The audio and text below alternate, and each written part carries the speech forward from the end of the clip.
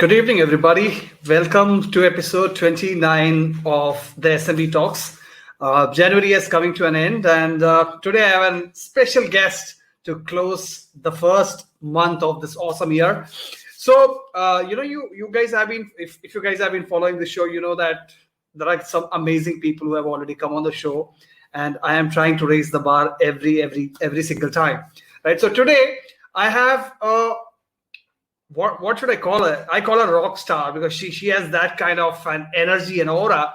So she's none other than Kate Bradley Chernis. She is the founder and CEO of Lately. We will meet Lately very soon. It's the only social media management platform that creates content for you with the power of artificial intelligence, right? And she, as a former marketing agency owner, she has created the idea for Lately out of spreadsheets for her then client Walmart and got them 130% ROI year over year for 3 years. So we are going to ask her all these questions to get these amazing information out of her. Prior to founding Lately, she has served 20 million listeners as music director and on-air host at Sirius/XM. She is also an award-winning radio producer, engineer, and voice talent with more than 25 years of national broadcast communications, brand building, sales, and marketing expertise. So you can imagine the kind of conversation we are going to have. So let me bring her on. Hey, Vivek, how are you? It's so nice to see you. I'm so happy you're here. Finally, we raised it multiple times due to multiple reasons. One of them was Gary Vaynerchuk. So I'm so happy about that. I'm so happy to see you and have the session with you today. Me too. Hello. And what? How is it in your end of the world? Like just COVID and things like that. You're doing all right? Yeah. People have started getting vaccines and things are going on. Yeah. It's amazing. How are things there? Yeah, same. I mean, the innovation that we're all seeing is pretty incredible. And I feel like we're a bit in a bubble because everyone I know has had a pretty good year, but we know that's not the case for so many others, right? So I have to really remind myself to, give back to the community and just be aware that, not everyone has it as good as we do, and to be very thankful and just to remember to pay it forward in every way we can, So just a reminder, everybody out there. Yeah, I think COVID is the best reality check for all of us. A reality check. Yeah, and as my husband pointed out, by the way, as pandemics go, this one isn't that bad. It could be way, way worse. Imagine. So, yeah. I mean, absolutely. Right. Anyways, well, it's great to see you, my friend. So hugs from here. It's about 8 degrees where I am, so it's very cold. Right. Middle of winter, and it's that doldrums time of the year where everybody's like ready for spring. I imagine, because I cannot brag about winter and snow to people in the US because that's terrible snow. Here I have to travel to some place to see snow, which I did last month. Nice. So the first time in my life. Oh my God, that's amazing. What did you think? That's so great. Yeah. So that was a trip with my team, and I could see snow for the first time. And I spoke to people on Facebook, and they're like, snow outside my house. Oh, that's so cool that you did that. Yeah, it's very beautiful, and I love this change of seasons, right? And by the way, the weather, everybody, is an important topic and not boring, right? Because it's the great common denominator that we can all share. So never a thing to dismiss, and it's a key tool in your kit for any sales or marketing person, right, Vivek? Absolutely. It's a perfect icebreaker. Yeah, icebreaker. Yeah, exactly. And I find and location and all the things, right? You have to start every conversation out with a few touch points of common ground so we can remember that no matter how we vote, especially that we're humans, right? We all care about the same basic things. Yeah. Absolutely. Speaking about care, I started the show when COVID hit us. And the only purpose was to bring on people like you and listen to your journey and the kind of lessons you have learned, which we can pass on to other people, right? So I have curated a set of 10 to 12 questions for you, which will cover Lately and the journey so far, Gary Vaynerchuk, and multiple things. So if you're ready, we can start off. Yeah, that sounds great. Thank you, Vivek. Okay, all right. So my first question, when I was reading about you, you were an award-winning radio producer and engineer. Now you are a CEO of a SaaS startup. So can you take us through that journey? It's two different kind of worlds. Yeah, that's true. But they do connect, which is crazy. So yeah, I was a rock and roll DJ up and down the Eastern Seaboard in what's called terrestrial radio here in the States for about a dozen years in a very unique format. It's called AAA, which stands for Adult Album Alternative, which generally means rock and roll and blues and reggae and soul and folk, like a mix of all the genres, but also the album cuts, not just the hits, right? Right. And it's a radio that it's kind of smart radio in a way because the listeners are usually music nerds, totally, but also want to be spoken to in a more upscale way, not yelled at like big monster trucks. Like that doesn't work for us. You know what I mean? So I was really lucky because the theater of the mind, right, which is what real radio is based off of, was prized by the company that I started at, and so I had this very lucky entry into that kind of world of communications. And it was very creative and very purposeful, right? So nothing was accidental. And we got to pick all our own music, which, that doesn't happen anymore, right? So Right, right. it was and there were people that were, how do I say this?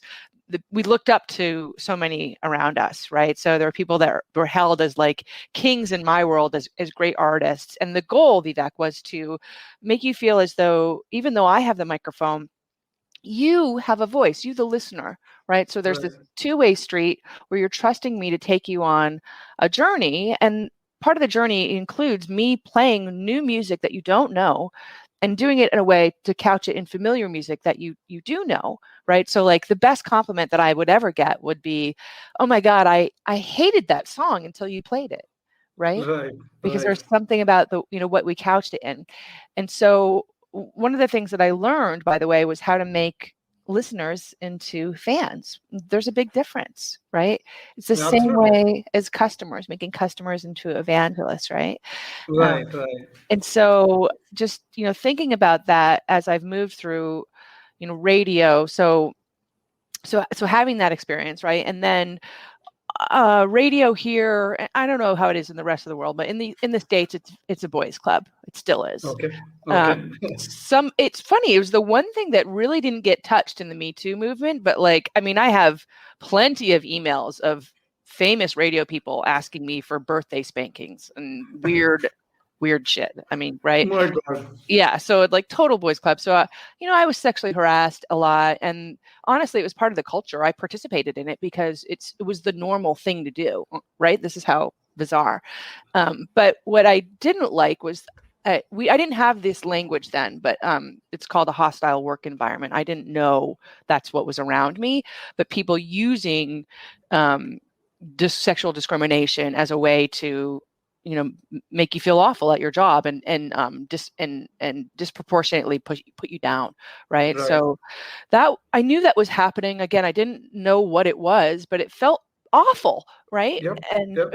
I was frustrated, and my body started reacting to it, right? So I don't know if others have this, but when I'm stressed, my body starts to just scream at me, and I have all kinds of different ailments. And I didn't know that then. I was learning this about myself.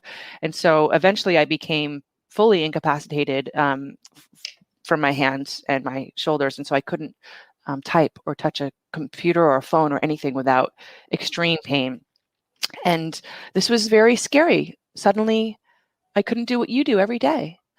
Right? Right. What Right. everybody did. I was thinking like, oh my God, what job can I do? I couldn't even be a cashier because they're all touching computers, Right. Right. or work at McDonald's. Like I couldn't do it. And so I started to research what was available. This is a long story, but maybe it's interesting. That's fine.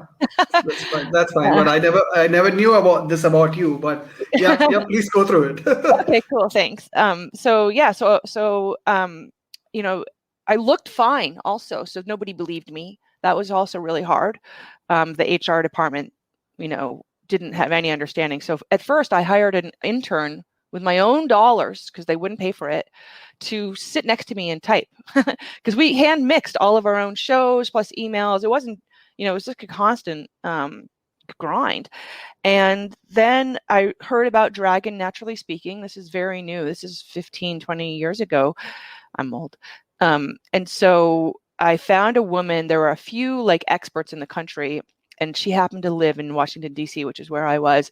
And I didn't have any money. I had a radio salary, but she was a huge fan of my station. And so I had hundreds of CDs that I could give her as payment, which I did, which is very lucky. And she took me to the Pentagon, and I saw like all the latest equipment that people who were paraplegics use to function in the world. So it was really educational, and again, terrifying. And I was doing all kinds of medicine, Western, Eastern, like anything I could get my hands on, and try to, heal myself. So eventually I had to move, because there was just no way I was going to function in that environment, because they weren't helping me, and I wasn't getting better. I was only getting worse. So I moved to another music related company, and it was the same situation. They didn't believe me. It was a boys club, like yada, yada. Right. And finally one day I was crying all the time, because I couldn't see the way out. And I was frustrated, because I was doing everything in my power to fix it, but nothing was working. And so my dad had enough. I was spending the weekend with my parents, and he was like, "You can't work for other people, and there's no shame in that." That's what he said to me. Right. So he saw something I didn't see, two things, which was, one, there's more here. There's another possibility that you haven't seen. Right.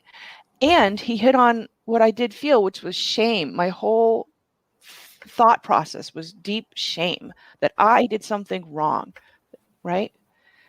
And I didn't do anything wrong. But I didn't know this, so it was an unlock, sometimes you need other people to give you that perspective. And then you have to be in the place to hear it too at the same time. Right. Right. So I read a self-help book that was just helping me think about all the stuff that was coming out of my mouth was very toxic and negative. I was just talking to Gary Vee the other day, by the way, and he reminded me this again, about something that I've been vocalizing as a negative experience and how toxic it was. And it was a great reminder to just change the channel, so we all have to relearn these lessons all the time. I feel absolutely. So anyway, my husband gave me a book called The Art of the Start. It's Guy Kawasaki's startup handbook. Right. Because he was like, "Hey, if you're going to start your own company, you should get inspired." And I started reading the book, and it's somewhere in the first or second chapter where Guy says, "Don't make a plan, just get started." And so then I thought, well, why am I reading this book? Let's move it. And the next day, it was total luck. I met my first angel investors. I didn't know they were angel investors. We went to lunch for a work reason, and I was just being myself and sharing my ideas. And I mean, you've seen me on social, Vivek. I'm not the most polished person. So I was spouting my ideas and kind of being, renegade. And they were like, "We love you. Let's start a company. Here's $50,000." So that was my first company we started. It was a music related company. And as I was marketing it, somebody else came along and said, "Hey, you're really good at marketing. I'd like to pay you like a lot more money to consult this project. And then you don't have to be in the music industry in your world." And I needed that other push, right? That other unlock, because there were all these hurdles in my way, Right. I needed to get out of that whole thing. So we pivoted the company, and I made it a marketing agency, because my first client was Walmart, essentially. That's who wanted the consulting. And that's how we ended up building a spreadsheet system for this nationwide project that got 130% ROI year over year for 3 years. So that was the idea behind Lately. I had, again, another friend Steve Blood was a friend of mine. He's now my co-founder. He saw my spreadsheets and he was very interested in them. He was annoying me, honestly, all the time, asking about my spreadsheets, coming by my house, wanting to have dinner. He was traveling up and down from Vermont to New York City and would stop. I live in the Hudson Valley, so he'd stop here on the way. And I was like, who is this fucking guy? And, and I had spreadsheets now for all my clients, right? So it's the same process. And Right. Steve was like, we just need $25,000 and we'll make some wireframes and we'll automate your spreadsheets. And again, this was all foreign words to me. I didn't know what wireframes were or $25,000. I busted my butt eating ramen and beans in radio. I was a line cook before that, right? I didn't have a glamorous life here. $25,000. I was saving. I'd saved that to buy my first house, and I was like, "Dude, get away from me! You're crazy, and don't touch my spreadsheets." What he's doing. So he ended up. He was a serial entrepreneur and a tech guy. He knew this whole SaaS world that I didn't know anything about, and so he took the $25,000 out of his own pocket, and he introduced me to Jason DeBacco, who is one of my other co-founders, and they built wireframes, right? So those are the blueprints for software, and came over one night and showed me what they had in mind. So again, somebody else seeing something I didn't see, right? Right. And so from there, Lately was born. And Steve, I remember him saying, like, "Are you ready? Are you ready for this?" And I'm like, yeah, I didn't know what I was in for. So bring it on, as long as I can be the boss. And he's like, "Oh, I don't want any of that. You can be the boss, Right. Absolutely. Yeah. So, just to mention that, we have enough polished people on social media and everywhere. We need unpolished, real people, so that's good that, because I can see a lot of your team members and a lot of your close ones are coming in, connecting, commenting about hi guys, about the way you are, never change, etc., all that. So be the way you are.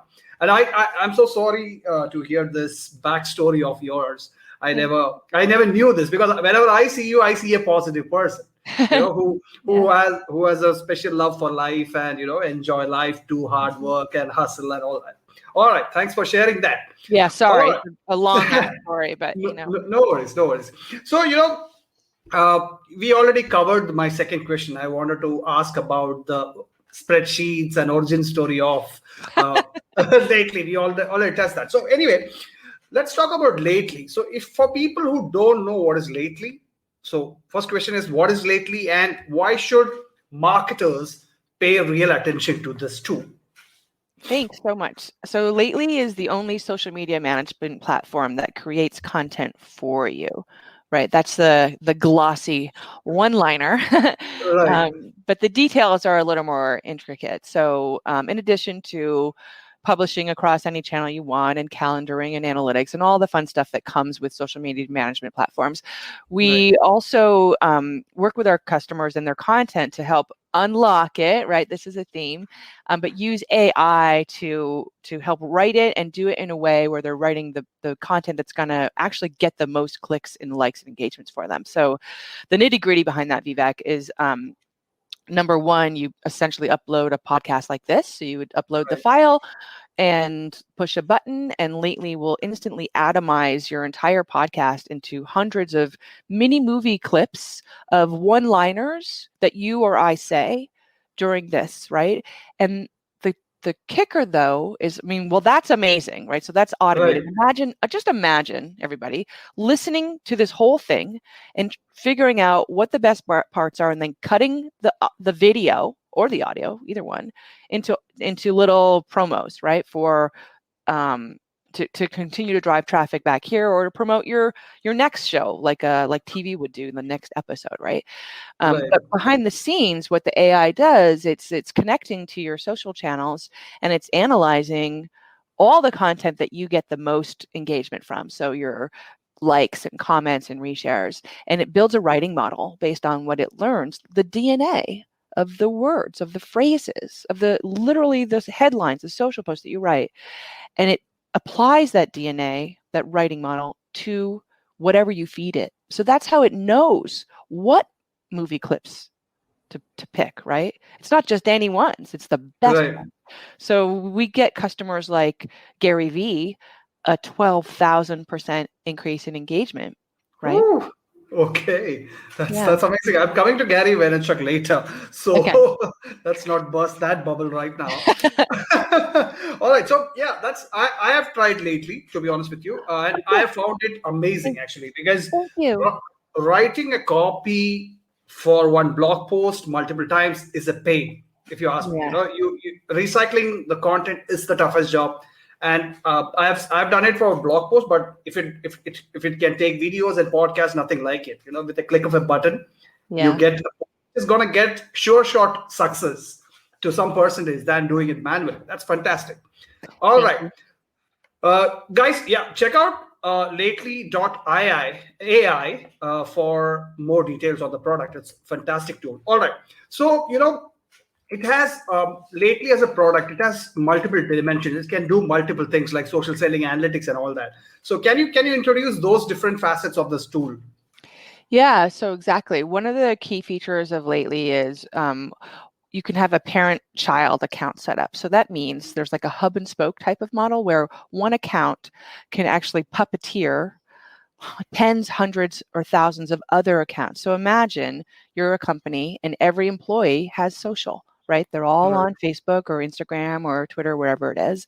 And a lot of people want to talk about the company and share news, but they're nervous and they're not marketers and they don't want to mess up, right? Right. So a central account, like the CMO, for example, can auto-generate content from Lately. So maybe the CEO is doing a bunch of interviews, right? She can auto-generate some highlights from that, push them out instantly to all of those employee social accounts, right? Right. So whether Right. they could be employee advocates, they could be people doing digital recruiting on LinkedIn, they could be social selling teams who need to, Right. they don't want to think about like, well, what am I going to say? Because they're better at what do I comment on after, right? That's what sales teams are good at. Or it Right. could be pushing out that content to franchise locations. So like a bank that has 50 different Facebook pages across the country, for Yep. example, Yep. right? Yep. And the parent in this case has two options. She can automatically publish content to any social account connected, or she can push that content to somebody's own Lately account where the employee, maybe they do have some idea of what they're doing. They can log into Lately, see the content she has suggested, and then edit or localize it or not use it, like, whatever the agreement they have is, right? Right. Right. So this is how we work with much, much larger teams. Again, it's the idea of, and you pointed out and said it very well, which is writing is hard. So let's Right. start you off at a place where you jump over that huge hurdle of like, oh God, where do I start? You know, right? Right. So at the very least, Lately will start you at third base. This is a baseball analogy, right? So imagine like that's hard, getting to first base, second base, even getting a run at all. We start Right. you at third base. So all you got to do is run home. That's it, Right. right? Right, right. Yeah, actually, I was not aware of the employee advocacy part because I know several organizations who struggle with running a airtight employee advocacy program because if you can, it's very tough to share the content to your employees so that they can share it on their networks. It's a very tough job. Yeah. So that can be handled by this tool. Fantastic. That's Thank a you. new information for me. All right. So now it's bragging time. Okay. I want you to I want you to pick up the three super cool features of Lately. If I give you an opportunity to pick up three super cool features, which ones those will be? Yeah, I mean, so obviously the auto generator is balls. It's Right, super awesome, right? So push right, a button and get 100 social posts in a couple of seconds that are pre-tested to be what your audience is going to respond to. Of course, right, that's amazing. One of my favorite ones is the campaign tags. So we allow customers to tag all of their content and organize it into different themes, right? So if you have a bunch of stuff around Kate Bradley's podcast or Easter, for example, you can organize that so all the content has a label on it, but also all the analytics or any videos or files or photos or even short links associated with that same idea or theme, right? And you can click a button and just look at that all together or compare it to other stuff, right? So I love this. Our customers, it's our second most used feature. It turns out people really like organization. Yep. But you can't, by the way, we tried to sell that first. That was our we thought was our feature to lead with, and it's not. So it's not very sexy, but people do like it. So that's one. And then the other one is the analytic clouds, word clouds, we might say. So the way that Lately breaks down that DNA, right? We actually show the customer those words, and they can they can curate the words and tell the AI to emphasize or de-emphasize different things it's looking for to build its writing model. But they can also reverse engineer their content, which is what they do. So, for example, before someone would write a blog, they would go and look at the word clouds and see what's trending with their customers. What words are trending? What ideas are trending? And then they can use those ideas in paid advertising, or they could use it before they interview someone on a podcast, like look at the themes, so those are the three coolest ones, I think. Yep. Auto generator, campaign tags, and analytics cloud. So fantastic. These are very practical use cases I can see as a marketer myself. These are very practical things, so I think anybody should check it out and maybe fall in love with the tool. Right. All right. So, my next question again, it's a cheesy question, but I wanted this question to be there. Nothing cheesy. So when it comes to social media, how can Lately be like the genie in the bottle for social media marketers? So how can we even position it like that? Yeah, I mean, so that's a really good analogy that we should probably steal from you. But I mean, your wish is our command, essentially. And the wish was write for us, because people have writer's block. It's also so overwhelming because it's, there's a great pressure, as you know, to cut through the noise, number one, and be everywhere all the time. It's impossible. You can't do it without software. Right? You can't, right? So, I mean, we're going to talk about Gary shortly, but if anybody wants to be Gary V, Gary has an army, Right. He if you want to practice what Gary preaches, you have to have Lately, frankly. I mean, you do. Absolutely. Or an army, right? So I think that's the best. I mean, I'm bragging a little bit about it, but like push button and market your small business like you were a giant enterprise for a fraction of the cost in almost no time. It's kind of magic, right? Right. Absolutely. Because I know that, I was a freelancer once upon a time. So I used to have multiple brands and I needed to write copies for them daily to post. Yeah. I was handling like 15 to 20 social media. Oh my God. You're the man. You can go nuts, but with a tool like this, I think a lot of pressure can be taken off and can be done better also. Yeah. All right. So now the major question of this show is Mr. Gary Vaynerchuk. So I recently got a reply from him on Twitter and I freaked out. You did? Congratulations. That's amazing.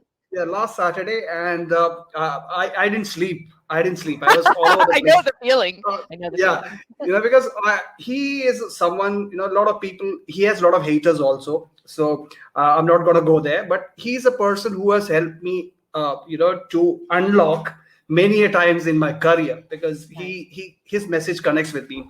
So coming to him, I remember one of our shows got canceled because he got connected with you. He started using Lately, and there was a lot of things happening. So I know that he and his team are super fans of Lately. How did that happen, and the after effects of that association? Yeah, thanks. Yeah, Gary is a wonderful human, and he's just so good at integrity and really focusing on the needs of people, right? Which is so basic, and he's just such a good reminder of how easy it is to do that and how we all forget all the time, Absolutely.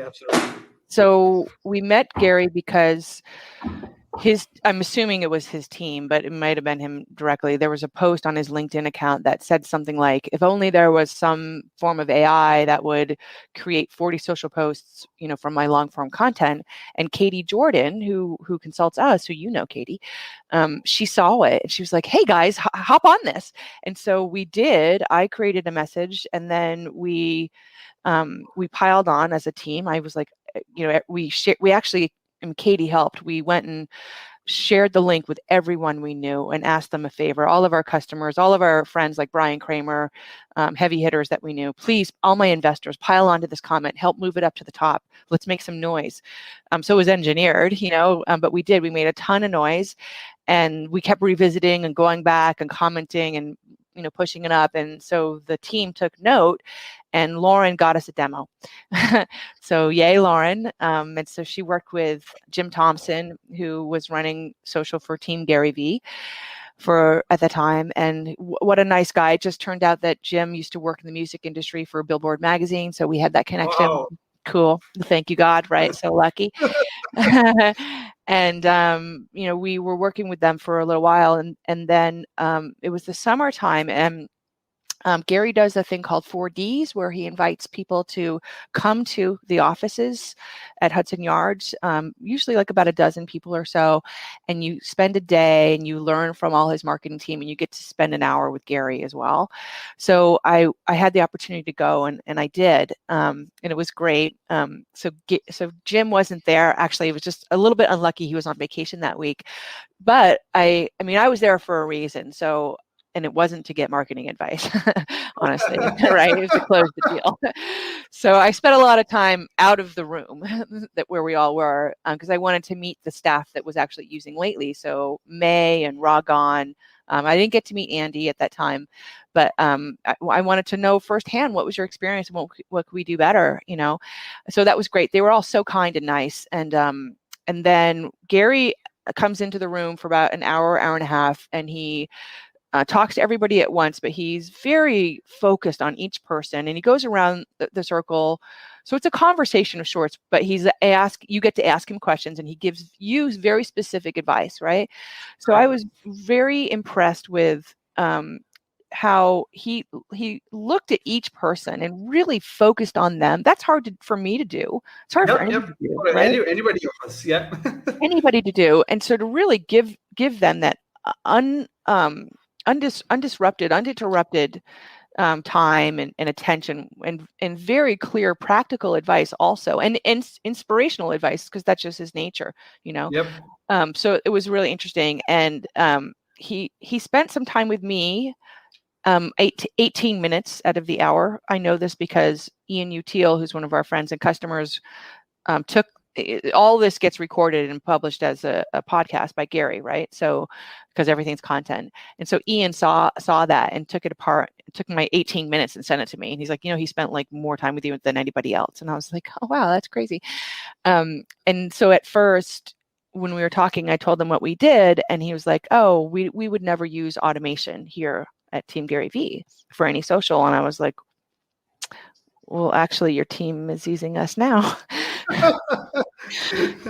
And he was very gracious because he could have done a million things. And what he did was he was like, hey, who's using Kate's tool? Get them in here, bring them in.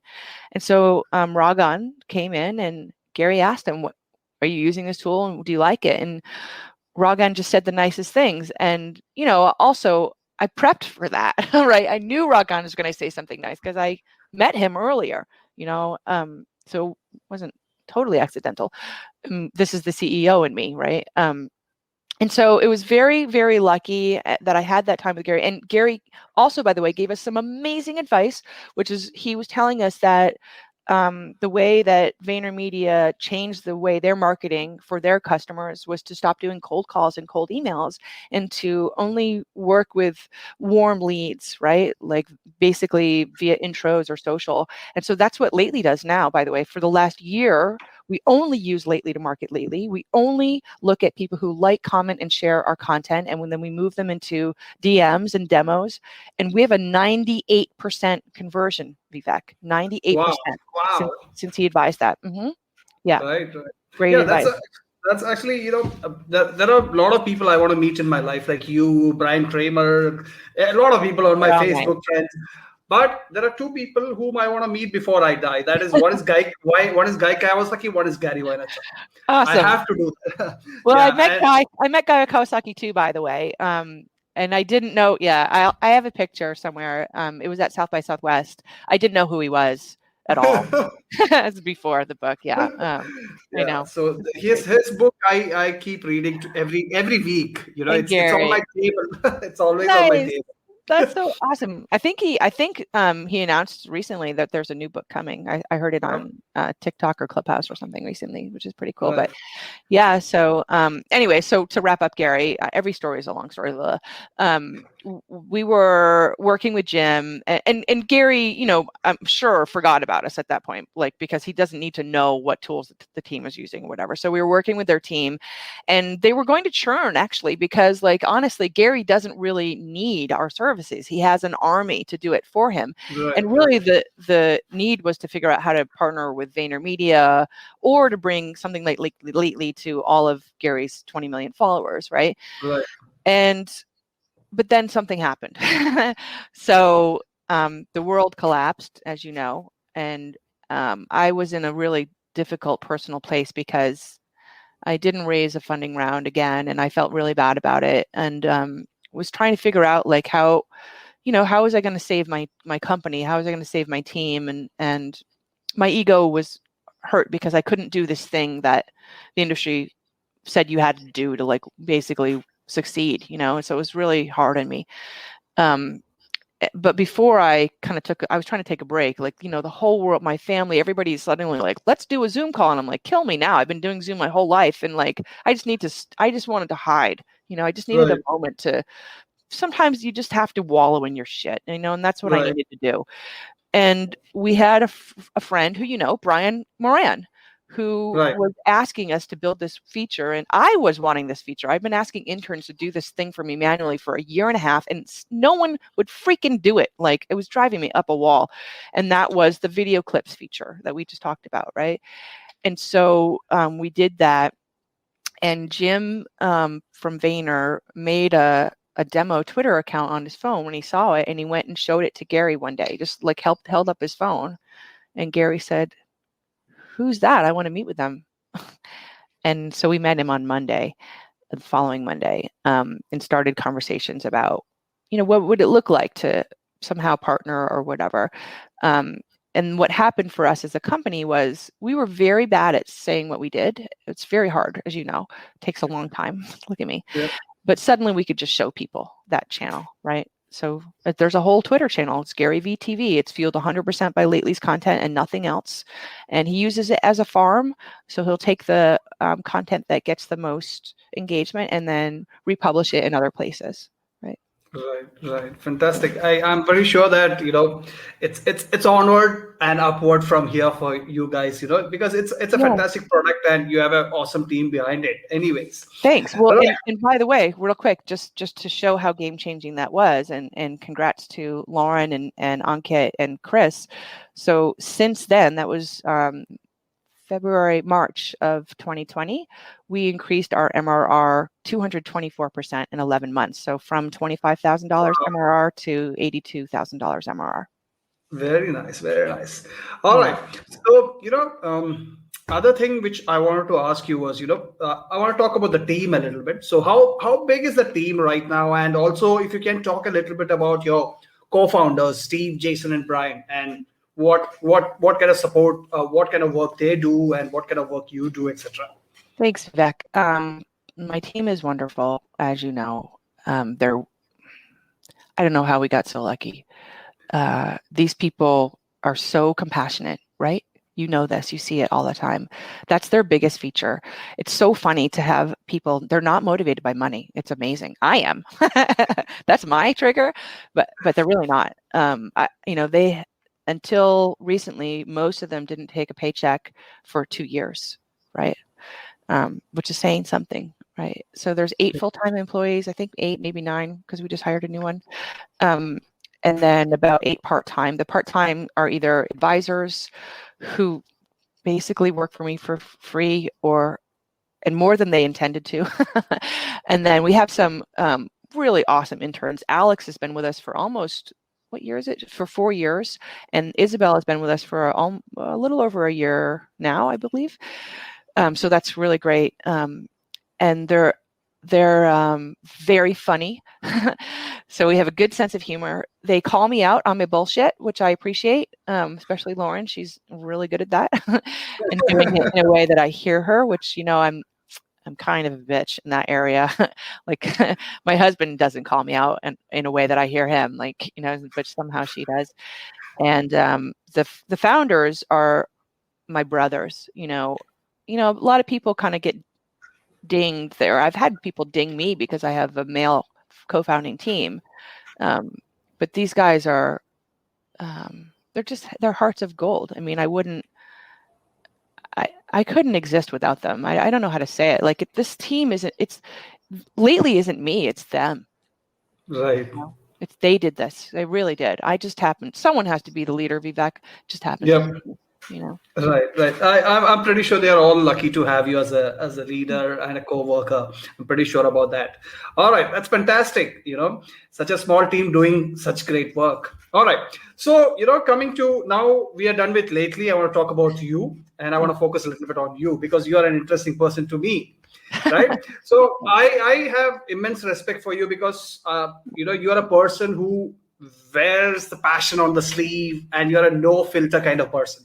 I swear I have written this question just like this. Okay. I have seen you cry. I have seen you laugh. I have seen you talking passionately with dropping F-bombs here and there, etc., which I love.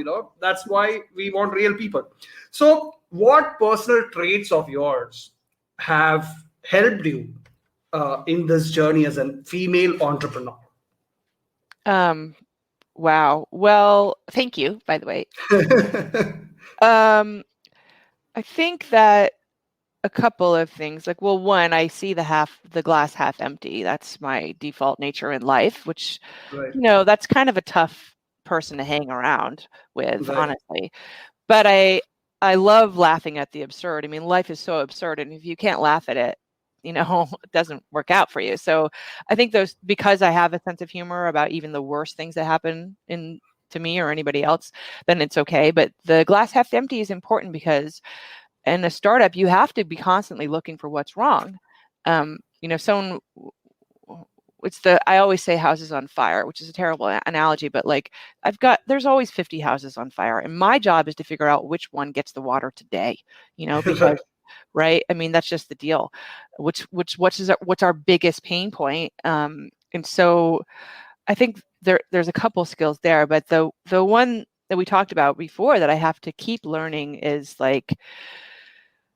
to switch the channel. When do I need to change the channel and have a mind reset, perception reset, and who do I need to help me do that? And how do I need to get them in my life, or who do I need to turn to? Sometimes it's Steve, sometimes it's Gary, I like the other day. Sometimes it's Judy, one of our advisors, or Peter. Sometimes it's my mom, who will send me a little thoughtful note, like everything is possible, right? I think that's super important, is to know that you need those people in your life and to know when to listen and to know when not to listen, frankly, right? Like my gut is what people invested in. My gut, right? That's what is our success, right? And so I have to listen to that too. And thankfully now I know that when something's wrong, I'm going to be in pain. So it's very easy. Like for me, a lot of times I'll have a panic attack and my throat will get really constrained. Like I feel like this hot fire here and it gets all tense. And that's usually because there's something I'm not saying to somebody. I need to clarify something. So right. Your body gives you the right signals whether what is wrong. Yep. Right. It does. Yep. My next question is a kind of a follow-up question to this. I've seen you do live videos from your car, etc., when you're pitching just before pitching to investors, etc. So as a female entrepreneur, what are the biggest challenges you feel that it exists for female entrepreneurs today?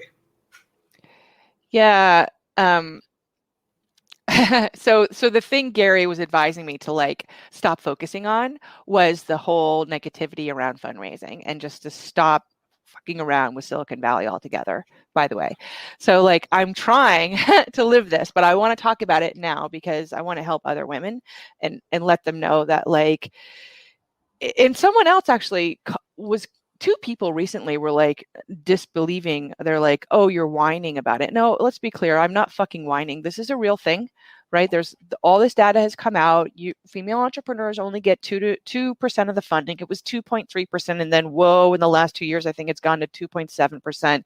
If you're Black, you're not even on the fucking scale, right? So there is a disproportionate, it's not about the money, it's about the listening, right? So, and I've seen this happen in Silicon Valley and New York for the last few years. And the what's very annoying is the goalposts would keep changing. So I've been told you have to have this for us to invest or this. And then I would meet all those milestones and then still no. And so then, you know, for me, my first default is to judge myself and be like, okay, well, what did I do wrong? You know, that's the first default. And that's the default of most women I know is our first thought is like self-examination there, you know, and self-doubt. And it doesn't matter if it's men or women, because women venture capitalists treat female founders the same way, by the way. Right. Even I have found myself, I met a 16-year-old venture capitalist recently. She's amazing. And I prejudged her as a 16-year-old, you know, throwaway. Right. And I even told her that I did because I was like, wow, I can't believe I'm also doing this. Jesus.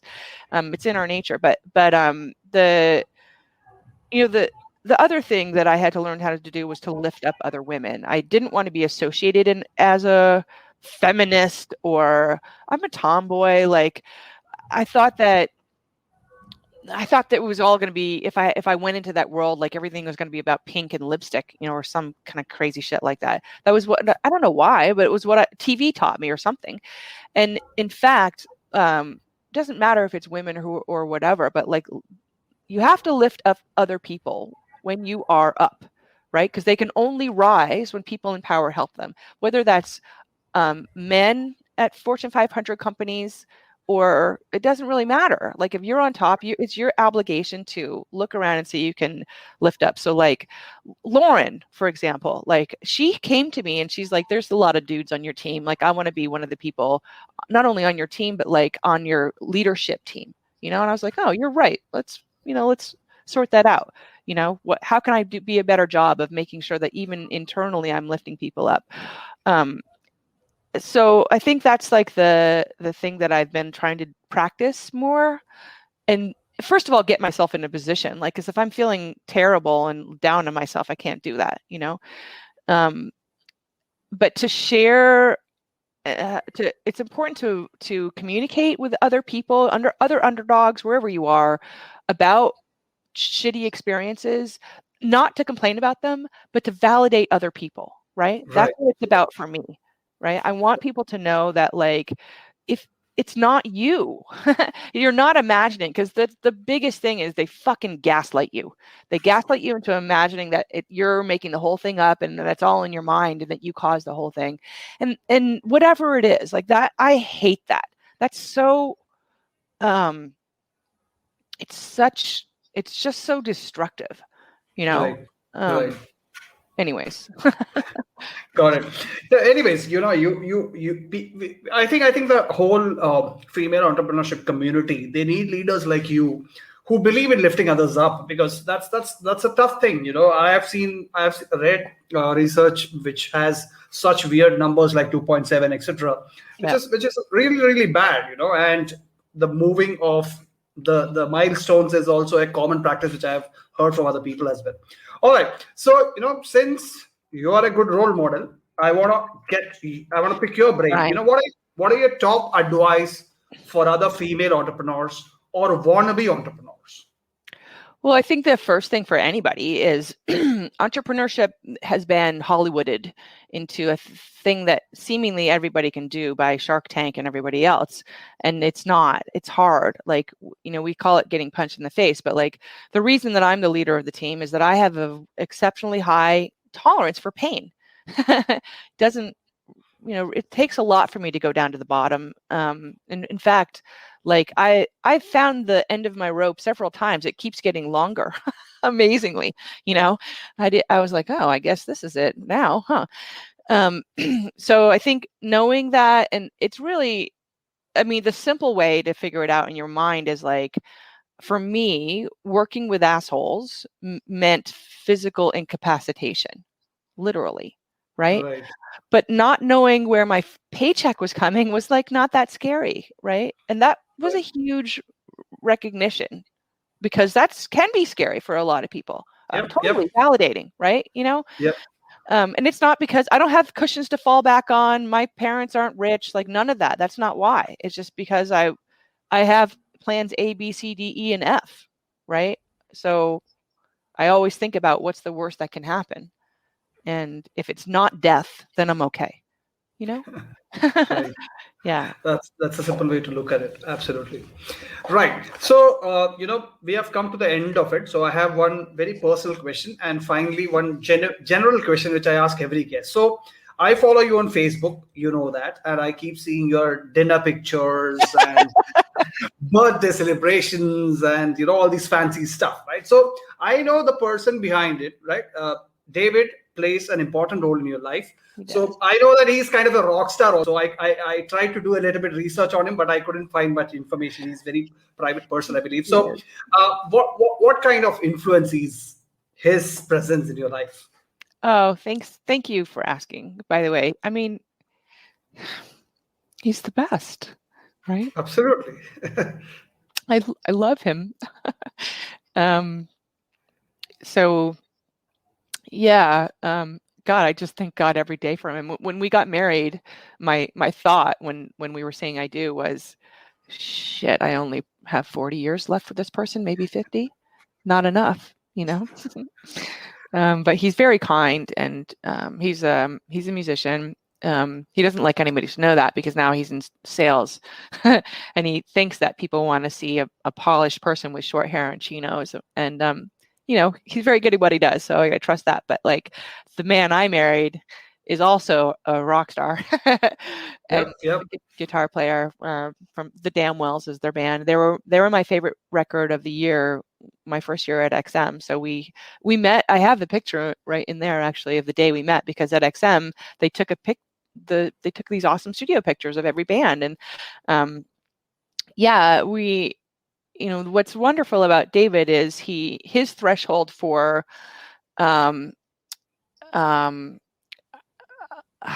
I don't know, nagging, annoyance, all those things is very high.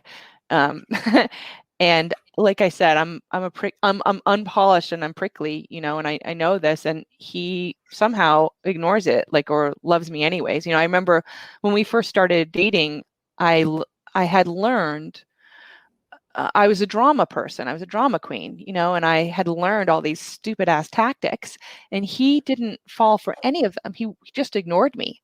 And so none of my bullshit worked, and it was frustrating. And I was, thank God I unlearned that. And I actually, from there, I unfriended anyone in my life who was doing that. And that the toxicity we were just talking about, that came apart because of him, really. And, he just he's the dinner parties things that you're seeing. They're just dinner parties with us people. We're not having anybody over, but we decide to make it special for ourselves since we can't go out, and so we pull out the good china. I like to make things look nice, so I'm anal retentive, so everything has its place, And what's nice about David is he's a very celebratory life person. He loves a theme. I can go on. You shouldn't have asked this question, but he's very into theme. So if we're having Italian dinner, there has to be Italian music, and then we're going to watch an Italian movie. And he's, it's funny. Yeah. He takes a lot of time, by the way, to pick those things out. So he'll spend hours curating the perfect, song set for whatever dinner we're making. You guys, you guys come across as like the perfect example of opposites attract. Yeah. So he looks like a very patient, silent kind of person, but you on the other side is no filter. He's so great. That's very nice. I'm so happy whenever you post some pictures of your celebrations and things like that. It's such a wonderful thing to see on my feed, at least. Thank All you. right. The final question for today is, which is a generic question I ask everybody: how has COVID-19 impacted Kate and lately? Oh, thank you. You've asked such nice questions today, so thank you so much. Thank you so much. Yeah. Well, personally, it's weird. Like it's a combination of personal and business, I guess. I mean, so our lives haven't changed. We both work from home, and we have forever, really for a long, long time. I work from home because I can't work in an office because I use Dragon Naturally Speaking. It literally hears everything that goes on, a door slam, and so the microphone will go off. So I have to be in an enclosed private space, and we're good at doing Zoom calls and all those kinds of things. So not traveling has been honestly a blessing. It was really hard. It was killing me. I was going to from New York to California once a week, every week for 4 months, or going down to the city. I don't have to take the bus anymore. The bus is disgusting. Fuck the bus. So I'm I'm so glad about that. I'm sad about New York. I mean, of course I want everybody's livelihood to be in a good place, family-wise, it's been difficult because we have a lot of family members that vote different than us, like a lot of other people do, or even people, some of us potted together and some of us didn't, and then I felt very excluded from my own family members who were potting because I wasn't in their little club, and that felt bad. And it was just this weird thing that polarized. I'm not alone in this. Like suddenly polarized us in a way that wasn't expected and like hard. When at some point. I felt like the people I needed the most couldn't be there for me, Right. because they were dealing with all their own shit, which is a lot. So that part has been hard, but then we've friends who aren't traveling either, who we love, who we've been able to take hikes with and like see 50 times more than we would ever see them, Right. So that's kind of nice. But the business, as I said, I mean, we increased revenue 224% last year. Last year was a very good year to us. We've been almost dead, like literally on the table, have to resuscitate lately, has been multiple times, and a lot of people wrote us off for dead, honestly. And we just kept getting back up. And hey, maybe this won't last forever, but boy, I'm proud of this year we did. And we're about to hit 1 million in ARR. We're like, I think, what is it? I think we're about $1,000 away from that, which is that's a huge milestone for us. Absolutely. And yeah, so it's weird, Vivek. Like it's been amazing, more or less. And David and I have been closer than ever, and he's my guy, so that's good. But like I said, I feel in a bubble. We're in a bubble, and I like that. I'm thank God. I mean, in one way, but like also, I don't really know how to. Right. Yeah, I mean, people are starving, like really starving. What do we? Yep. How do we help them? Yeah, that's a big question in front of a lot of people. Actually, I at least people are talking about it these days. Thanks to COVID, earlier we used to ignore things like that, but now everybody feels the pinch when they see somebody losing job and etc. etc. Hopefully, something good will come out of this. And I think as I'm run out of questions, and I wish I had more questions for you. But thank you so much for joining me today. And all your team member just mentioned that you are just $900 away from 1 million. 900. All right. We're only 900. That's amazing. Oh, there must have been a sale while I was on the call with you. So that's awesome. Absolutely. Well, hey, thank you for being our friend, Vivek. This is really kind of you. And just doing this together, hopefully someone will watch it and we lift them up together. So absolutely. Blessings. Thank you. Thank you so much, Kate. And take care and say hello to David also. Okay. Bye-bye. All right, that was Kate Bradley Chernis. I love such kind of people, because it's who wants polished people, right? We have enough of them. We have enough of drama. What we need is people like Kate, right? We want non-filtered people with real emotions in today's world. especially on social media. So guys, check out lately.ai. It's a fantastic tool for your enterprise, for your startup, for your SMB, where you don't have to burn your midnight oil or get headaches thinking about what post to be written or what copy to write for each social media post. Just by a click of a button, you get hundreds of social media posts to be shared. So check it out, lately.ai. And I'm closing it for this month. January is out of the way. February calendar is all booked up. I have the king of customer experience coming on my show, and I am so grateful for all these people, and see you all soon.